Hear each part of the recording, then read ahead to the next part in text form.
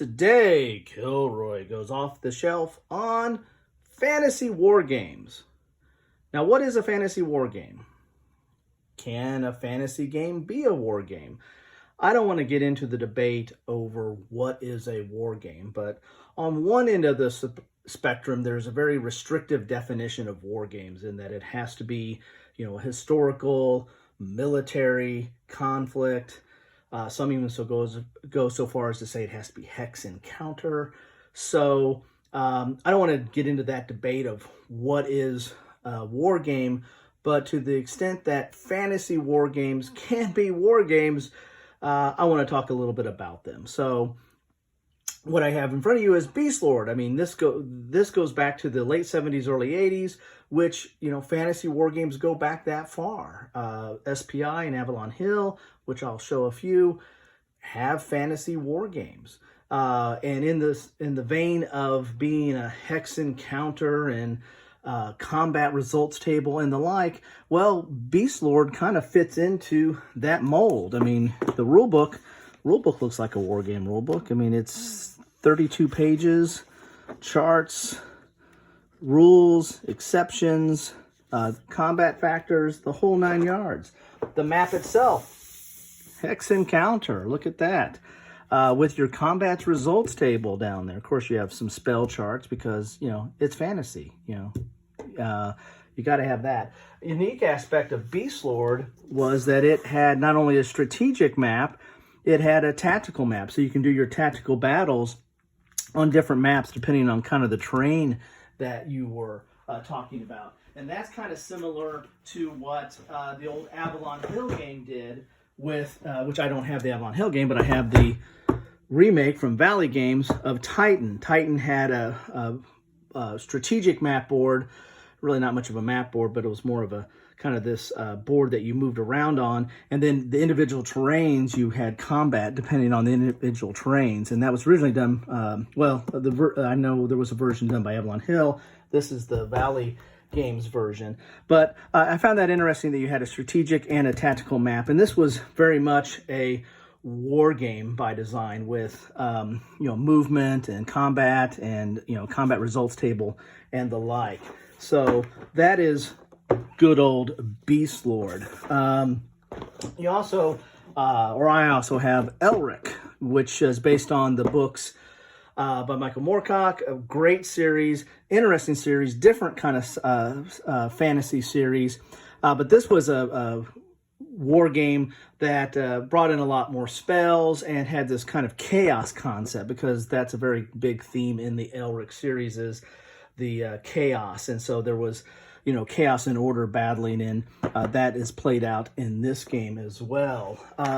SPI, not to be outdone, I have Ragnarok.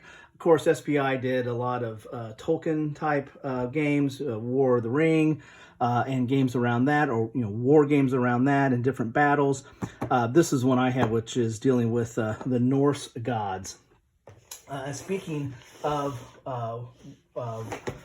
fantasy games of that era, Divine Right. Now, this isn't the original. TSR did one that was in a smaller box, and I played the heck out of that. That was, if you've seen one of my episodes on Grail games, that was kind of my Grail game. I never owned it until I bought this version, but I played the heck out of it with my good buddy back in high school and in college. And very much a war game.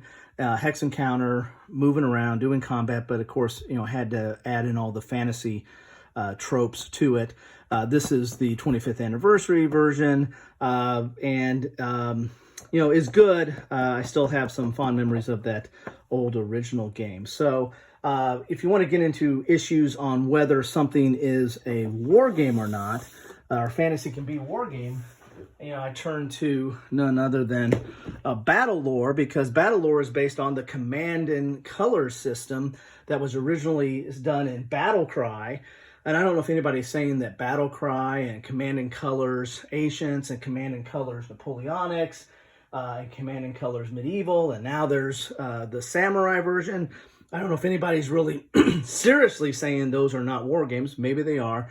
But if those are war games, Well, this is a war game too. Again, this is based on fantasy and has fantasy miniatures. Actually, this is kind of based on medieval 100 Years' War, but instead of using historical figures, they threw in orcs and dwarves and your different fantasy tropes into that. But again, based on the Command and Color system, this was the original edition. There was a second edition that came out. And in fact, I think they actually took this system and kind of went to Game of Thrones and did kind of a version with that as well.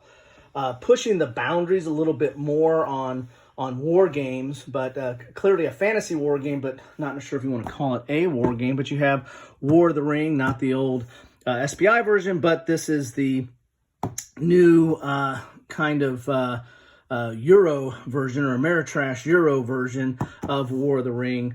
Area movement, minis, so you got a little bit of plastic toys in there, but has a very unique system of how the dice give you actions.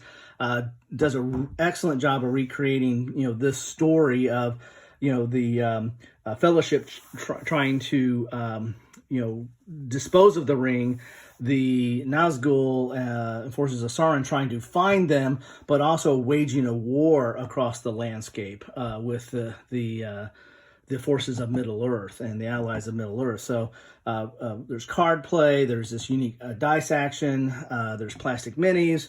So, I mean, it goes beyond Risk. It kind of gets into Risk on steroids.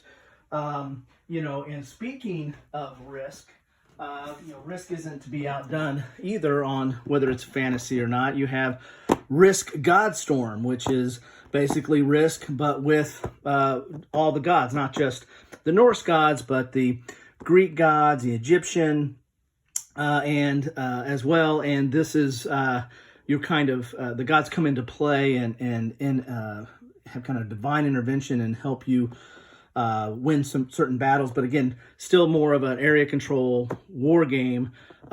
Interesting aspect here, you have an underworld aspect. So your units don't die, they just go to the underworld and you battle in the underworld, and you get some points for controlling some aspects of the underworld and might be able to bring some of them back depending on your god's powers. So there's some of my fantasy war games.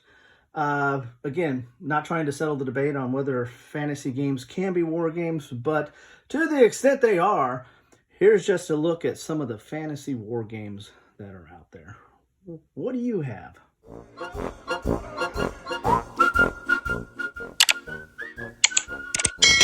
Thanks for watching.